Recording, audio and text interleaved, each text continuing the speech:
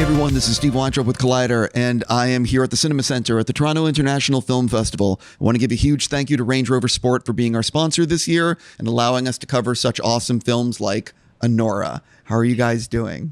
Great. Thank you. I really want to start with a sincere, your film is incredible. It is one of the films, and I don't do this for everyone, trust me, it's easily one of my favorite films of this year. And all of you guys should be so, I don't know what the right word is, but you should, I'm just letting people know that they're going to be blown away when they see your film. Oh, thank you. That's nice. I know people have seen the trailer and stuff, but how have you been describing the film to like friends and family? The film is about a young Russian-American sex worker who, on a whim, marries the son of a billionaire. And it's a fairy tale dream come true until it isn't. That's how I put it. It's almost like you've done that before. Yeah. You have to learn your log lines, right? Yes. Yeah. I've been in interviews where I haven't. I don't know my own film, so. But like you actually have to like practice like how to say it to people. Yes. You know, I definitely have to talk about your performance. I'm just going to jump in.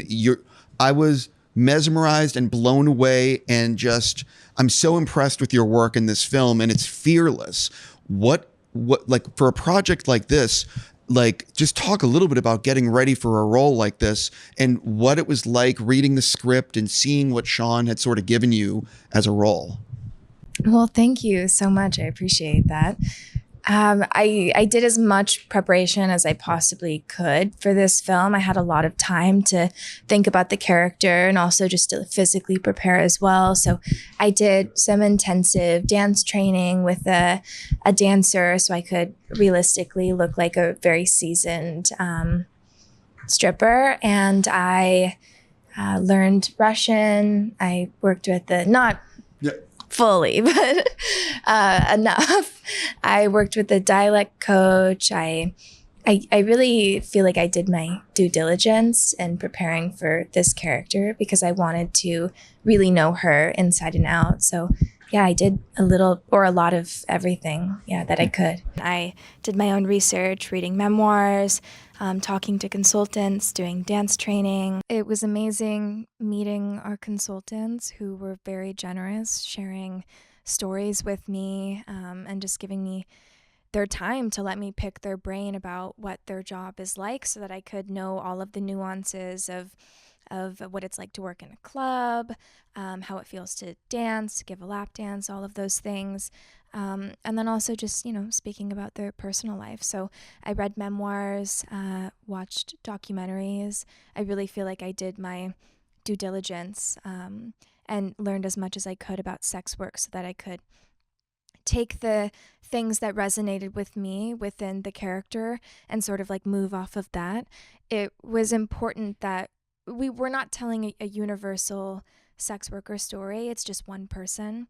And so I wanted it to be specific to her story because I think everyone's experience is different. I've gotten so many different opinions on the ending, and I often find that it's kind of a reflection of the person themselves, of how they feel the ending or why she does what she does. So I don't know. I hope that whatever people feel, they feel it very strongly. I never look at my films as preaching anyway, so I don't really. What an audience might take away is really up to them.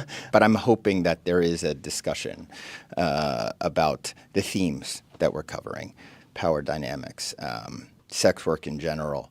Even though people might think of me as like a social realist director, I think I've always been working with humor and comedy in my films. It's just how much so, how overt the comedy is. So in this one, I leaned a little more into it.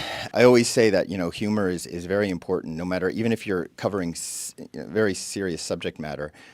Humor is vital because we all rely on it to cope. We all rely on it to get by on a daily basis, sometimes hourly basis. So films that don't inject humor, I find to be false. So yeah. Well, Karan Karagulian, who plays Tauros in the film, one of the one of the Yvonne's babysitters, I guess you could say. We go way back. He's been in all of my films, and we were talking about telling a story in the Russian-American community in Brighton Beach and Coney Island for almost close to 20 years now. We just had to find the story. We've been talking about this for probably about 14, 15 years, like to do something in Brighton Beach. And he always, when he writes films, for some reason, he writes a part for me. So, all of a sudden one day he just sent me the script and he said, "You're the character." He never asks me. He just says, "You got to do it." So, I mean, we talk about it while he was writing it, and we also were friends in life, so we ask things each other. And I know Brighton Beach. I have ties to Brighton Beach. That's the first place I went to when I came to this country to sell my black cans of black caviar. This was in 1989. I fell in love with that, very eclectic, very strong, very rich neighborhood. And in 2009, we had a conversation. Let's do a story in Brighton Beach. Over the course of many years, I finally figured out the plot once I found myself wanting to explore the theme of power dynamics within this world and with sex work included. And so we thought, how better than to have a young sex worker marry the son of a billionaire. And at that point, we had figured out our beginning, middle, and end. It just happened to be that I cast Mikey Madison at that point before even writing the screenplay. So Sean reached out after seeing a horror film I was in opening weekend, and we met, had coffee, and he pitched me a sort of loose idea for a film that he wanted to do and said, "If you want to do it, I'll write it for you." And I was like, "Absolutely, I do." Yeah, so I was really lucky that he wrote the film for me. And so when we met, he hadn't even written the script yet. So we were constantly in contact, talking about the character, just sharing ideas with each other. And so I think by the time that we were actually in New York filming, it was about a year of me just really thinking about the character and doing all the research that I could do. What was really incredible was that I before going into writing the screenplay, I had already cast Karin, obviously. Then I knew Yura was going to play Igor because of this film I saw, Compartment Number 6, wonderful film. And then Mikey came on board. So to be able to write this screenplay with 3 actors already cast was really great. I had their faces in my head as I was writing. One of the things about the film is, as you're watching it, it just feels like you're in the room with these people. It feels real. How much is all of that on the page and the script, and how much are you actually finding some moments, when you're in the setup and figuring out the shot? Well, because I don't know Russian and Armenian, we had to have a full-length screenplay, and we couldn't deviate much, especially when the dialogue was in English.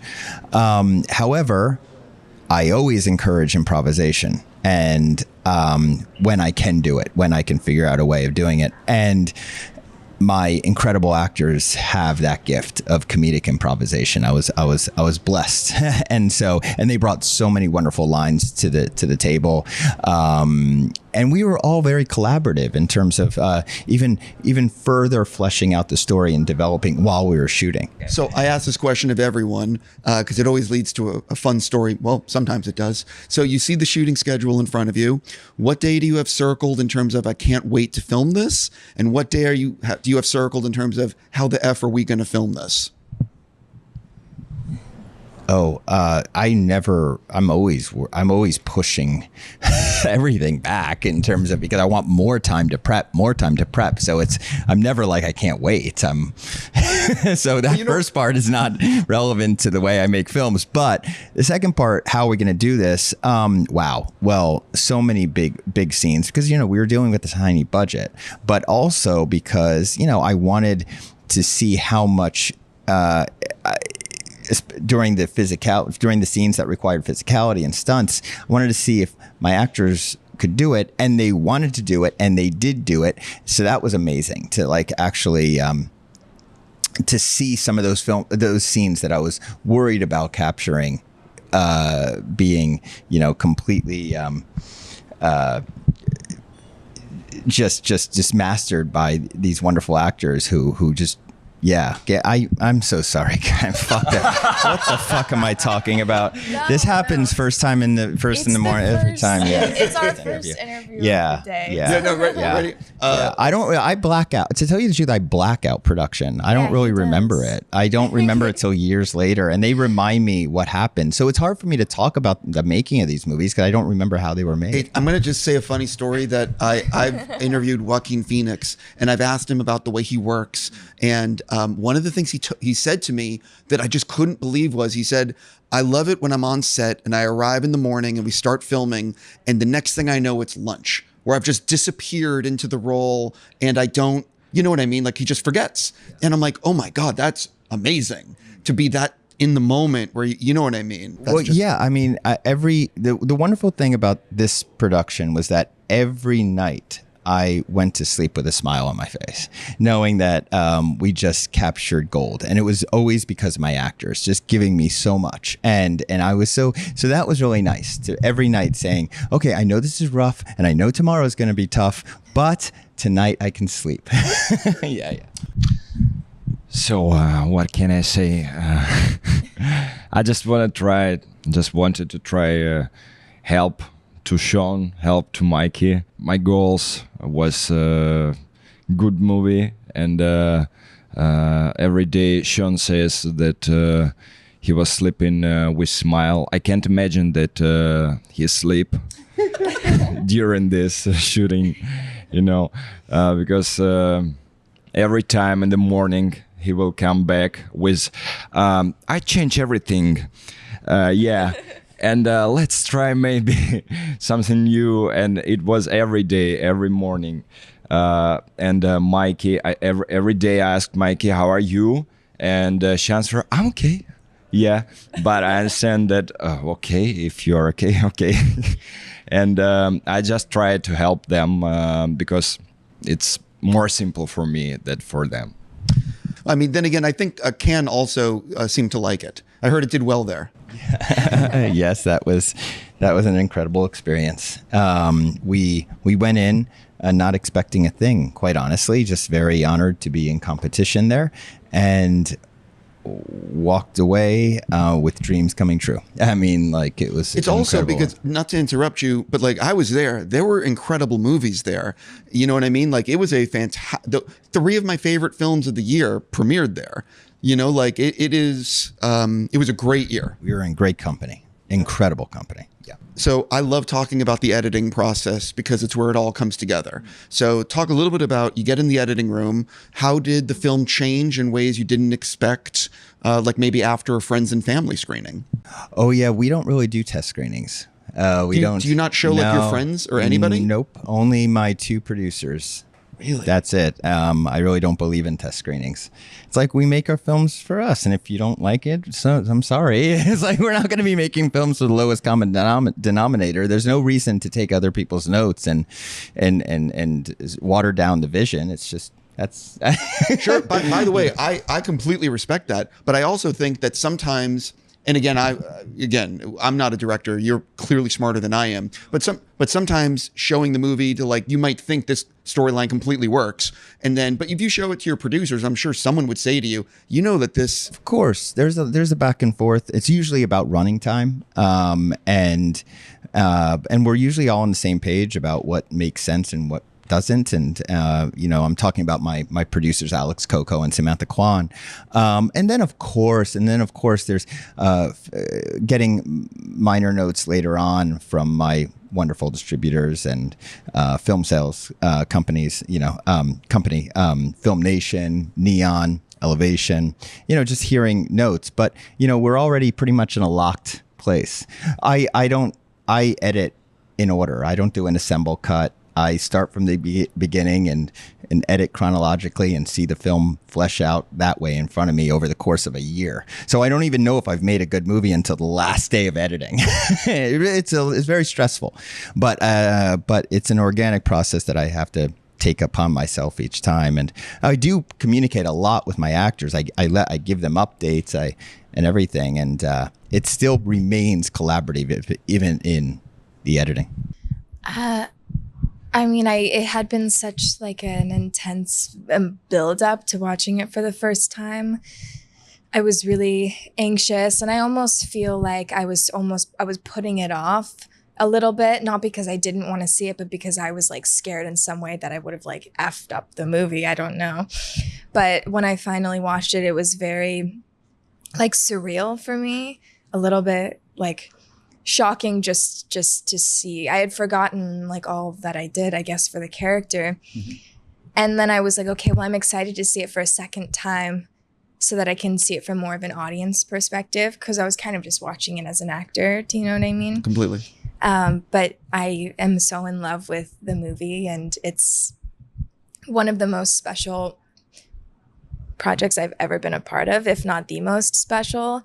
So I just like continue to be blown away by Sean's work and my fellow actors. So yeah, it's strange though to watch yourself for the first time and to hope that like I did my due diligence and I did my job, hopefully, you know. I'm just about out of time with you guys, but I have to ask about one thing. And I'm not doing any spoilers because no one's seen it yet, but I have to talk about, there's a 25-minute sequence in this film that is just jaw-dropping in terms of the intensity, the acting, the performances, everything about it. It's just a fucking plus. So talk a little bit about doing that sequence without spoiling anything. Yeah, it's 28 minutes. I'm so sorry. 28. My bad. It's just I'm going to have to spoil a little bit. It's okay. It's a real-time home invasion scene that we wanted to play out in real time to really put the audience in the position that Annie is in this very scary situation. It was all about choreography and very controlled, calculative, I can't talk. I just simply can't talk. It was really just about planning, because it was we're on a very low budget. We were able to carve out 7 to 8 days to be able to shoot this scene. Everybody was on fire. The actors were incredible, and we just had to shot list it and really make sure that we were doing it. We were covering ourselves and doing it safely. They did their own stunts during that scene. Today when you were saying it. I had no. It was really impressive to watch, and also to get, during this very, very stressful, intense section of the film set piece, we also wanted to inject humor. So there was that constant balance of like, okay, well, danger, but then suddenly a laugh, danger, and then laugh, and that was that balancing act that we were attempting. So again, morning, these 7 or 8 days, and Sean in the morning.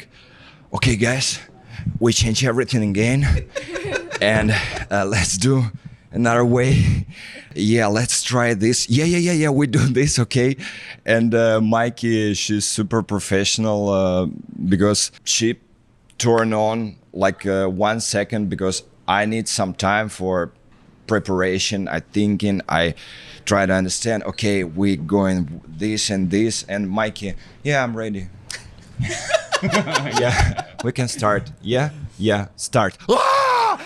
And she started, and I just okay, yes, I'm in. This is my experience during these 7 or 8 days. That's it. It was a huge mansion, but you could hear her screaming in every corner of the entire home, and you would have like Mark was taking a nap during some of those scenes. I was like, you were here the whole time while we were filming these crazy scenes? He was like, yeah, I was sleeping upstairs. Yeah, and we had some of our crew on the other side of the house hearing it and being very disturbed by it. And I was like, okay, it's working. They're disturbed by I was like, that sequence. My God, I can't wait for people to see this movie. That's all I can say. And listen, I could ask you a million other questions, and hopefully in the future I can talk about specifics of the film. I'm just going to say you guys are going to have a fantastic fall season, and enjoy when you get nominated for certain things. Okay. I'm so serious. Thank you so much for coming in. And for everyone out there, for the love of God, you want to see Anora. This is no debate. Thank you so much. Thank you. Thank you. Thank you.